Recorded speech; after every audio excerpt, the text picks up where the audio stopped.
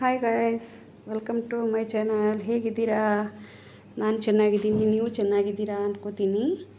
ನೋಡಿ, ನಾನಿವತ್ತು ಸಾಫ್ಟಾಗಿರೋ ರವೆ ಉಂಡೆನ ಹೇಗೆ ಮಾಡೋದು ಅಂತ ತೋರಿಸ್ತೀನಿ. ನೋಡಿ ಹೇಗಾಗಿದೆ ನೋಡಿ, ಸೂಪರಾಗಿದೆ ನೋಡಿ. 1 kg ರವೆ ತೊಗೊಂಡಿದ್ದೀನಿ, ಚಿರೋಟಿ ರವೆ ತೊಗೊಂಡಿದ್ದೀನಿ. 1 kg ತೊಗೊಂಡು ಜರಡಿ ಹಿಡ್ಕೊಂಡು ಒಂದು ಕಡಾಯಿಯಲ್ಲಿ ಸ್ವಲ್ಪ ಹಾಕ್ಕೊಂಡಿದ್ದೀನಿ ನೋಡಿ.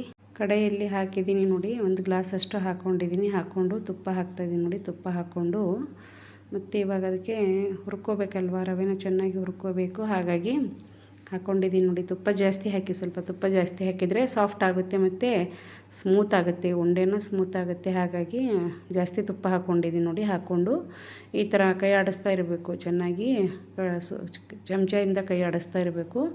ಮೇಲೆ ಕೆಳಗೆ ಮಾಡಿದರೆ ಹೊತ್ತೋದಿಲ್ಲ. ಅಂದರೆ ಜಾಸ್ತಿ ಉರಿದರೆ ಮತ್ತು ಕೆಳಗಡೆ ಇದಾಗ್ಬಿಡುತ್ತೆ, ಕಪ್ಪಾಗಿಬಿಡುತ್ತೆ ರವೆನ. ಹಾಗಾಗಿ ಮೇಲಿಂದ ಮೇಲೆ ಕೈ ಆಡಿಸ್ತಾ ಇರಬೇಕು.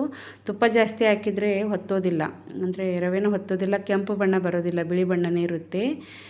ಈ ಥರ ನೋಡಿ, ನಾನು ಒಲೆ ಮೇಲೆ ಇಟ್ಟಿದ್ದೀನಿ. ಒಲೆ ಮೇಲೆ ಇಟ್ಟು ಹುರ್ಕೋತಾ ಇದ್ದೀನಿ ನೋಡಿ.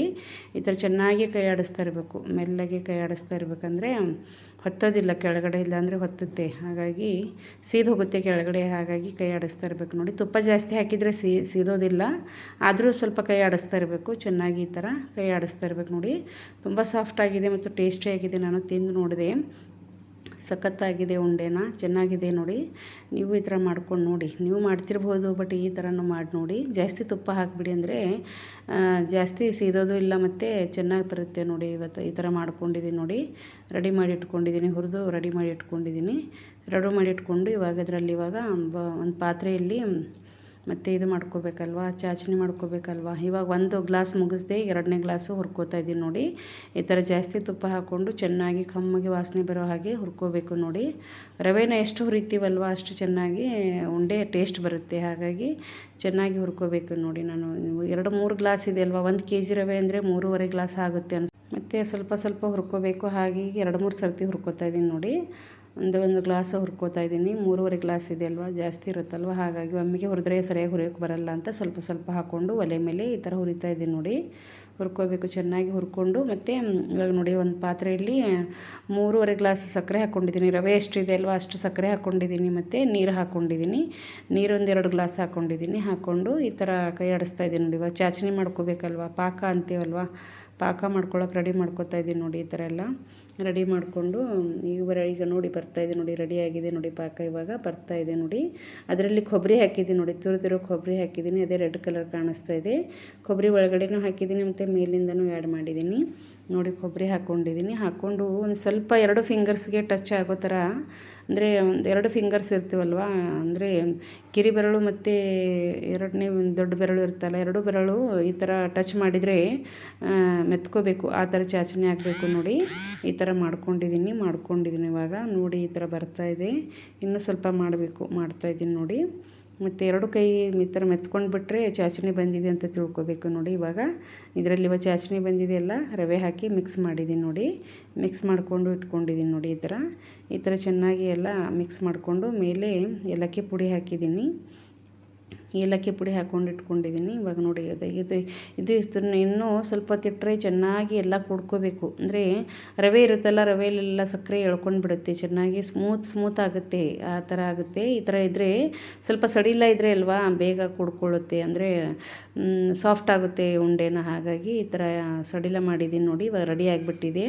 ಉಂಡೆನ ರೆಡಿ ಮಾಡ್ಕೊಂಡಿದ್ದೀನಿ. ಒಂದು ಕಡೆ ಕೊಬ್ಬರಿ ಪೌಡ್ರ್ ಇಟ್ಕೊಂಡಿದ್ದೀನಿ ನೋಡಿ. ಒಂದು ಕಡೆ ಉಂಡೆ ಕಟ್ತಾಯಿದ್ದೀನಿ ನೋಡಿ. ಈ ಥರ 2-3 ಉಂಡೆ ಕಟ್ಕೊಂಡು ಈ ಥರ ಕೊಬ್ಬರಿಯಲ್ಲಿ ಹಾಕೋತಾ ಇದ್ದೀನಿ ನೋಡಿ. ಚೆನ್ನಾಗಾಗಿದೆ, ಸಖತ್ತಾಗಿದೆ. ಉಂಡೆ ಅಂತೂ ಸೂಪರಾಗಿದೆ. ನೀವು ಮಾಡ್ಕೊಂಡು ನೋಡಿ, ಟ್ರೈ ಮಾಡಿ ಹೇಗಿದೆ ಅಂತ ಕಮೆಂಟ್ ಮಾಡಿ, ಲೈಕ್ ಮಾಡಿ. ಸಬ್ಸ್ಕ್ರೈಬ್ ಮಾಡಿಲ್ಲ ಅಂದರೆ ಸಬ್ಸ್ಕ್ರೈಬ್ ಮಾಡ್ಕೊಳ್ಳಿ. ಉಂಡೆ ಅಂತೂ ಸಖತ್ತಾಗಿದೆ. ನನಗೆ ದೀಪಾವಳಿ ಹಬ್ಬದಲ್ಲೇ ಮಾಡಿದ್ದೆ, ಇವಾಗೂ ಮಾಡೋಣ ಅಂತ, ರವೆ ಇದೆ ಮನೆಯಲ್ಲಿ ಜಾಸ್ತಿ ಅಂತ ಮಾಡೋಣ ಅಂತ ಮಾಡ್ತಾಯಿದ್ದೀನಿ. ಒಂದೇ ಕೈಲೇ ಉಂಡೆ ಕಟ್ಬೋದು, ಆ ಥರ ಎಷ್ಟು ಸ್ಮೂತ್ ಆಗಿದೆ ನೋಡಿ, ಸೂಪರಾಗಿದೆ. ಒಂದೇ ಕೈಯಲ್ಲೇ ನಾನು ರೌಂಡ್ ಮಾಡ್ಕೋತಾ ಇದ್ದೀನಿ ನೋಡಿ. 2 ಕೈಯಿಂದ ಇಲ್ಲ, ಒಂದೇ ಕೈಯಿಂದ ಮಾಡ್ತಾಯಿದ್ದೀನಿ. ಒಂದೇ ಕೈಯಿಂದ ರೌಂಡ್ ಮಾಡಿದರೂ ಉಂಡೆ ರೆಡಿ ಆಗ್ತಾಯಿದೆ. ಅಷ್ಟು ಸ್ಮೂತಾಗಿದೆ, ಸಖತ್ತಾಗಿದೆ, ಸೂಪರಾಗಿ ಬಂದಿದೆ ನೋಡಿ. ನೀವು ಮಾಡ್ಕೊಂಡು ನೋಡಿ ಹೇಗಿದೆ ಅಂತ ಹೇಳಿ, ಕಮೆಂಟ್ ಮಾಡ್ಕೊಳ್ಳಿ, ಲೈಕ್ ಮಾಡ್ಕೊಳ್ಳಿ. ಸಬ್ಸ್ಕ್ರೈಬ್ ಮಾಡಿಲ್ಲ ಅಂದರೆ ಹೊಸಬ್ರಿದ್ರೆ ಸಬ್ಸ್ಕ್ರೈಬ್ ಮಾಡ್ಕೊಳ್ಳಿ. ಮತ್ತು ಬೆಲ್ ಐಕಾನ್ ಆನ್ ಮಾಡಿ ಇಟ್ಕೊಂಡ್ಬಿಡಿ.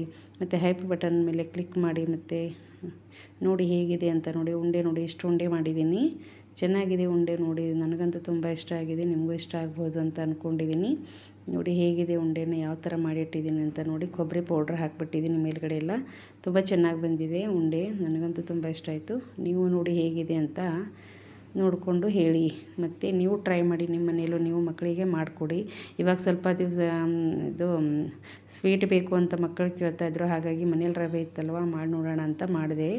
ರವೆ ಉಂಡೆ ಸೂಪರಾಗಿ ಬಂದಿದ್ದು. ನನಗೂ ತುಂಬ ಇಷ್ಟ ರವೆ ಉಂಡೆ ಮತ್ತು ಬೇಸನ್ ಉಂಡೆ ಎಲ್ಲ ತುಂಬ ಇಷ್ಟ. ಹಾಗಾಗಿ ನಾನು ಮೇಲಿಂದ ಮೇಲೆ ಉದ್ದಿನ ಉಂಡೆ, ರವೆ ಉಂಡೆ, ಬೇಸನ್ ಉಂಡೆ ಮಾಡ್ತಾಯಿರ್ತೀನಿ. ಚೆನ್ನಾಗಾಗಿದೆ ನೋಡಿ ಉಂಡೆ, ನೋಡೋಕ್ಕಂತೂ ತುಂಬ ಸೂಪರಾಗಿದೆ. ನೋಡಿದರೆ ಎಷ್ಟು ತಿನ್ನಬೇಕು ಅನ್ನೋ ಥರ ಆಗಿಬಿಟ್ಟಿದೆ. ಮತ್ತು ವೈಟ್ ಕಲರು ಬಂದಿದೆ ನೋಡಿ. ತುಪ್ಪ ಜಾಸ್ತಿ ಹಾಕಿದರೆ ವೈಟ್ ಕಲರ್ ಬರುತ್ತೆ. ಹೇಗಿದೆ ಅಂತ ನೋಡಿ, ಲೈಕ್ ಮಾಡಿ, ಕಮೆಂಟ್ ಮಾಡಿ. Thank you very much.